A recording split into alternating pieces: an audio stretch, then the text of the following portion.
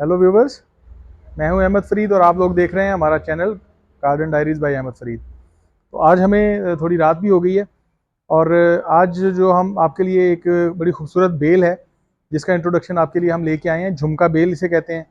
उर्दू में और हिंदी में झुमका कहते हैं और रंगून क्रीपर भी इसको बोलते हैं। तो ये बड़ी खूबसूरत बेल है और इसकी जो बड़ी भीनी सी खुशबू होती है इसके फूलों की। तो अभी हमने आज का जो हमारा मिशन है वो हमने इसको अपनी छत के ऊपर हमने इसको टाई करना है। तो उसी का प्रोसेस जो है वो भी हम आपको थोड़ी देर में आपको दिखाते हैं। और इससे पहले आइए आपको एक हम इस बेल की एक सैर कराते हैं, इसका एक ओवरव्यू देते हैं। आमतौर पे इसके पत्ते जो छोटे बच्चे होते हैं ना, साथ साथ बेल के उगते हैं, वो उनसे इस तरह के पौधे बनाए जाते हैं। तो ये जो पौधा है ये अभी छोटा है, नर्सरी से मैंने लिया है। इसे जाके बाहर क्यारी में लगाना है और जब ये बड़ा हो जाएगा तो इसे छत पे बांधेंगे। और जैसे इसका छोटा प्लांट आपको दिखाया था, अभी ये देखें, ये इसकी बेल है, ये बहुत बड़ी बेल है और इस तरीके से जो है ना ये सीज़न में अपने फूलों से भरी रहती है। गर्मियों में आम तौर पे जब आपको फूल कहीं पे ज़्यादा नज़र नहीं आते तो ये जो बेल है ये इसी तरीके से फूलों के साथ भरी हुई होती है। क्लस्टर्स में इसको फूल खिलते हैं और वो झुमकों की तरह नीचे की तरफ लटक रहे होते हैं और इसी निस्बत से इसको जो है वो झुमका बेल कहा जाता है। तो बहुत खूबसूरत बेल है और इस तरीके से आसानी से किसी भी दीवार के ऊपर चढ़ जाती है, किसी भी छत तक चढ़ जाती है। थर्ड फ्लोर तक भी अगर आप इसको लेके जाना चाहें तो ये आसानी से तीसरे फ्लोर तक पहुंच सकती है और इसी तरीके से ये ग्रो करती है। तो यहाँ पे आप देखेंगे इसका तना जो है वो काफ़ी ज़्यादा मैच्योर है, ये भी थोड़ी पुरानी बेल है। तो अभी हम जिस पौधे को बांध रहे थे तो वो पौधा जो है वो भी हम इसी तरीके से उसे क्लाइंब कराने का इरादा रखते हैं। तो वो ऊपर छत तक जाएगा और इसी तरीके से जो है वो ये साया भी देती है और गर्मियों में बड़ी अच्छा इसका साया भी है। आपकी जो भी सनी विंडोज़ हैं जहाँ पे आपको थोड़ा सा साया चाहिए, कोई दीवार है ऐसी जिस दीवार के ऊपर आपको साया चाहिए ताकि जो तपिश है सूरज की वो अंदर की तरफ ना आए और ख़ूबसूरत फूल खिलते रहें। और इसकी बहुत भीनी सी खुशबू होती है जो कि वो पूरे घर में फैलती है और वो जो खुशबू होती है वो जैसे जैसे हवा के झोंके आते हैं तो हवा के झोंकों के साथ इसकी बड़ी स्वीट सी फ्रेगरेंस होती है जो कि पूरे घर के अंदर जो है वो मूव करती जाती है। तो ये देखें, ये सारी बेल है और इसको भी हम बांधेंगे और बांध के इसे हम छत की तरफ लेके जाएंगे। इस पर्पज़ के लिए ना हमने ये हुक्स लगाई हैं दो, ये आप देखें, ये बड़ी मजबूत और बड़ी अच्छी हुक है और इसके साथ हमने ये एक इलेक्ट्रिक वायर हमारे पास है और इसको जो है वो हमने इस तरीके से इसको यहाँ पे टाई किया है। इसको ऐसे हमने इसको यहाँ पे इसको बांधा है और यहाँ से जो है वो हम इसको नीचे की तरफ लटकाएंगे और वहाँ से हम अपनी बेल को बांधना शुरू करेंगे। तो बेल अभी छोटी है लेकिन आप लोग देख रहे होंगे कि ये अभी से इसके लिए इतना सारा अरेंजमेंट शुरू कर दिया है। तो होता ये है कि जब ये एक दफ़ा बढ़ना शुरू हो जाएगी तो फिर इसको बार बार डिस्टर्ब करना जो है ना वो मुनासिब नहीं होता। अगर उसकी टिप कहीं से टूट जाए, ये ऊपर से कहीं से ख़राब हो जाए तो उसके बाद फिर ये दोबारा से इसकी जो बढ़ोतरी है वो फिर बड़ी मुतासर होती है। तो इसको एक ही दफ़ा में आप जब यहाँ से इसको इस तरीके से टाई कर लें तो उसके बाद जो है ना वो फिर आपको इसी तरीके से इसको उसके साथ साथ क्लाइंब कराना होता है और ये इस तरह से क्लाइंब करती हुई आपके तीसरे छत तक और आपके थर्ड फ्लोर तक ये आराम से पहुंच सकती है। तो यहाँ पे हमने इसको टाई कर लिया है और इसको यहाँ पे नीचे सपोर्ट देने के लिए आप ये देखें, यहाँ पे इस साइड के ऊपर हमने एक और हुक भी लगाई है यहाँ दीवार के साथ। तो अगर इस तरह से आपको इसको बांधना पड़े तो ये इस तरह का हमने एक और हुक भी लगाई है जो कि इसकी एडिशनल सपोर्ट है। और यहाँ पे जो बांधी हुई हमारी वायर है उसको हम नीचे से भी इसको एक दफ़ा सपोर्ट देंगे। देखिए, हुक के साथ ना हमने इसके साथ एक पुराना बाइक का एक टायर था, वो टायर हमने इसके साथ बांधा है। अब ये टायर की ज़रूरत इसलिए होती है कि जब हमारी बेल जो है वो नीचे से क्रीप करती हुई उसके साथ क्लाइंब करती हुई इस वायर के साथ ये ऊपर की तरफ आएगी तो उस वक्त उसको यहाँ पे एक ऐसी चीज़ चाहिए जहाँ से वो इस तरीके से हम उसे इसके साथ ऐसे बांध के तो उसको हम वापस भेज सकें नीचे की तरफ, ताकि नीचे जाके वो फिर अपना अच्छा सा एक अम्ब्रेला बनाए और वहाँ पे उसकी एक छतरी बने जिसके साथ जो है वो फिर क्लस्टर्स में उसके फ्लावर्स निकलने शुरू हो जाएं। तो यहाँ पे इसको बांधने का पर्पज़ ये होता है कि एक तो ये लॉन्ग लास्टिंग होता है, इसे ये ख़राब नहीं होगा बारिशों से और वेदर से, और इसके अंदर लोहे की तारें भी होती हैं। दूसरा, ये ज़्यादा गर्म नहीं होता और तीसरा ये है कि ये थोड़ा सा एक सॉफ्ट मीडियम होता है जो कि बेल को यहाँ से काटेगा नहीं और डैमेज नहीं करेगा। तो इसको यहाँ पे हमने इसके जो छोटी हुक साथ लगाई थी, मैंने आपको बताया था, तो यहाँ से हमने इसको फर्दर जो है वो इसको इस तरीके से सपोर्ट दे दी है ताकि अगर इसके ऊपर कभी बेल का ज़्यादा प्रेशर आए फ्यूचर में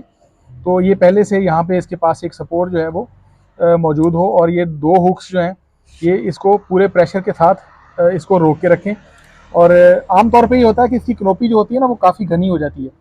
और घनी होने की वजह से उसका फिर वज़न भी ज़्यादा होता है। तो उस वज़न की वजह से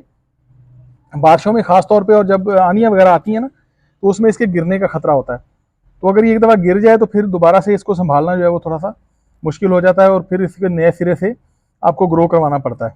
तो इसको मैंने अभी यहाँ पे फ़िलहाल मैंने इसको टाई कर दिया है, और अब यहाँ से टाई करने के बाद जो है वो हम इसको, ये हमारे पास काफ़ी लंबी वायर है जो कि हमने अभी यहाँ पे इसको सेकंड फ्लोर की छत से इस तरीके से हमने इसको, ये वायर जो है इसको सारी को इकट्ठा करके तो इसे हमने नीचे फेंकना है, ताकि ये नीचे का जो फ्लोर है हमारी, बाहर जो क्यारी है जिसके अंदर हमने इसको लगाया हुआ है, तो ये वहाँ तक पहुँचे, और वहाँ जाके फिर हम इसको नीचे जो ट्री है उसके साथ हम इसको टाई करते हैं, दरख्त के साथ, छोटे दरख्त के साथ, और टाई करके हम वहाँ से इसको वापस लेके आएंगे। तो ये आप इसकी हाइट देख लें, ये इस वक्त जो है ये कम अज़ कम हम दो, मतलब दो जो हमारे फ्लोर्स हैं उसकी हम छत के ऊपर खड़े हैं। तो यहाँ से हमने ये तार को नीचे फेंक दिया, और अभी हम नीचे चलते हैं और वहाँ चल के हम इसे बांधते हैं, और फिर मैं आपको इसका अगला तरीकाकार जो है वो प्रोसेस जो है वो मैं आपको समझाता हूँ कि इसे हमने इसके साथ कैसे क्लाइंब कराना। तो यहाँ से हमने ना इसको ऊपर से छत से ला के, तो यहाँ पे नीचे हमने इसको इस ट्री के साथ बांध दिया है, और यहाँ पे हमने इसे बहुत ज़्यादा टाइट नहीं किया, थोड़ा लूज़ रखा है, ताकि कल को ये ट्री अगर बड़ा होगा तो फिर इसको जो है वो बहुत ज़्यादा ये इसको जो है ना वो डैमेज ना करे। तो ये तार है यहाँ पे, ये तकरीबन आप समझ लें कि परमानेंट लगी रहेगी, और ये हमारी बेल है, और इस बेल के साथ ये देखें बहुत सारी शाखें हैं, लेकिन इसमें से ना एक इस तरह का एक शूट निकलता है, जो देखें नीचे अगर आप देखें तो यहाँ पे ये इस तरीके से ना, ये देखें ये नीचे से आ रहा है, और ये इस तरह का जो शूट होता है ना, ये देखें इस तरह का, तो ये वो शूट होता है कि जो क्लाइंब करता है और आगे फैलता है। तो अभी इसको हम यहाँ पे फ़िलहाल जो है वो चाहिए तो हमें ये था कि हम इसे वहाँ पे करीब से बांधते,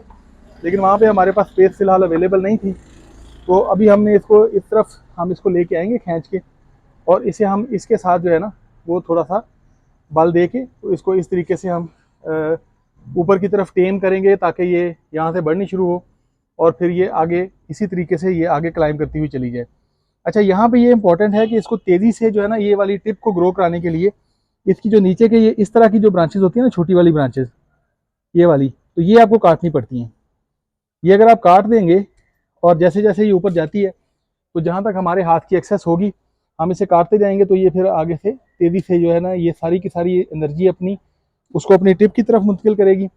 और इसी तरीके से ग्रो करती जाएगी। ये देखें, जैसे ये एक बड़ी ब्रांच है अभी फ़िलहाल इसके पास, ये वाली, तो इसको भी हमने यहाँ से काट दिया।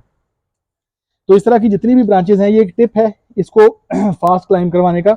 और फास्ट ग्रो करवाने का। तो यहाँ से देखें, ये सारी इसकी जो टिप्स हैं ये हमने काट दी हैं। ये छोटी थी ये वाली, ये भी हमने काट दी है, और इसके जो एक्स्ट्रा लीव्स हैं ना ये साथ साथ ये वाले, इनकी भी ज़रूरत नहीं है, आप चाहें तो इन्हें भी काट सकते हैं। ये वाला जो एक शूट है, ये चांसेस हैं कि चढ़ जाए, तो इसे हम यहाँ पे कहीं करीब क्लाइंब करवा देंगे, तो इसको छोड़ देते हैं, और इसको छोड़ के जो बाकी वाले लीव्स हैं ये वाले, जो नीचे नीचे इस तरीके से फिर रहे हैं, तो इनको हम यहाँ से इस तरीके से हम इसको काट देंगे। इसको काटने से ये होगा कि ये इसकी जितनी भी इसके पास एनर्जी है,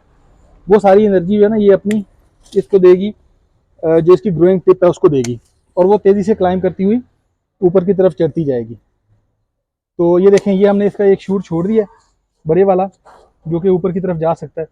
और नीचे के जो एक्स्ट्रा लीव्स हैं जितने भी सारे ये पत्ते, ये सारे हमने काट दिए हैं। तो ये इसकी प्रूनिंग का एक टिप है, जब ये नीचे इस तरीके से ग्रो कर जाए। ये हमने तकरीबन कोई 4-6 महीने पहले ला के इसको लगाया था, और अभी ये इतनी मैच्योर हो गई है कि इसका जो शूट है वो ऊपर की तरफ जाना शुरू हो जाए। तो यहाँ पे देखें, ये हमारे पास इसके 2 और शूट इस तरह के मौजूद हैं, जो कि बड़े होके तो मज़ीद आगे की तरफ जा सकते हैं। तो बाकी वाले जितने भी इसके लीव्स थे, एक्स्ट्रा लीव्स, वो सारे हमने काट दिए हैं, और इसकी भी जो नीचे वाली जितनी भी प्रूनिंग थी यहाँ से, वो सारी प्रूनिंग जो है वो भी हमने कर दी है, ताकि इसको हम जो इसकी जो ये ग्रोइंग ब्रांच है इसको हम टेम करें कि ये यहाँ से बढ़े, और ये इसी जो वायर हमारी है इलेक्ट्रिक वायर, इससे क्लाइंब करती हुई तो ये हमारे ऊपर छत तक पहुँचे, और छत पे हमने जो टायर लगाया था उस टायर के साथ जो है वो फिर हम इसे बांधें, और वहाँ से बांध के फिर जो है ना हम इसे नीचे की तरफ लेके आएँ। तो ये बड़ी खूबसूरत बेल है, और मेरी ख्वाहिश ये है कि जितने भी गार्डन लवर्स हैं वो सारे के सारे जो हैं वो इसे कम से कम एक बेल जो है वो आपके लॉन में या आपके घर में, या अगर आपके पास छोटी स्पेस अवेलेबल है, छोटी कैरी है, तो उस कैरी के अंदर कम से कम ज़रूर लगाएं और इसे छत की तरफ चढ़ा दें और फिर इसके आप जो है वो इसके नज़ारे देखें। तो थैंक यू व्यूवर्स, आज का एपिसोड हमारा यहाँ पे ख़त्म होता है। आपने अगर हमारे चैनल को लाइक और सब्सक्राइब नहीं किया तो लाइक और सब्सक्राइब कर लें, और हम उम्मीद करते हैं कि ये खूबसूरत बेल जो है आपके घर में या तो पहले से होगी या फिर आप इसे उगाना पसंद करेंगे। और यहाँ पे इसकी जो प्रोपोगेशन है, प्रोपोगेशन के हवाले से भी मैं आपको बता दूं कि यहाँ पे नीचे जो है ये देखिए, यहाँ से ही ये अपने छोटे छोटे जो है ना इसके साथ जो बेबी रनर्स होते हैं वो पैदा होते हैं। तो ये जो पप्स होते हैं इसके, जैसे ये वाला है, अब इसकी अगर हम नीचे से जड़ निकालें तो यही इसका प्लांट बन जाएगा और इसी तरीके से इसको ग्रो किया जा सकता है। कटिंग से भी ये ग्रो हो जाती है, लेकिन कटिंग से ग्रो करने की बजाय अगर आप इसको इस तरीके से इसका जो नीचे से इसका पप निकालें और उसको आप ग्रो करवाएं तो वो ज़्यादा ईजी है और ज़्यादा फास्ट ग्रोइंग मेथड है, और उसमें ये ज़्यादा तेज़ी से जो है ना वो ग्रो करती है। तो जितनी इसकी ड्राई ब्रांचेस थी सारी की सारी वो हमने काट दी हैं, एक्स्ट्रा इसके जो लीव्स थे वो भी हमने काट दिए हैं, और अभी बस ये वाले शूट्स हैं जो बढ़ने वाले हैं, ये आगे बढ़ते जाएंगे, और जैसे जैसे ये बढ़ते जाएंगे तो ये हमारी बेल जो है ये ग्रो करती जाएगी। और तकरीबन ये वाला सीज़न आगे जो आ रहा है, ख़ास तौर पे जुलाई, अगस्त और सितंबर, तो ये इसके पीक मंथ्स होते हैं जिसमें ये बहुत तेज़ी से आगे बढ़ती है, और मुझे उम्मीद है कि ये सीज़न एंड होने तक ये इतनी तेज़ी से बढ़ेगी कि ये हमारे 3rd फ्लोर तक पहुंच जाएगी। तो अपना बहुत सारा ख्याल रखिएगा। Thank you very much.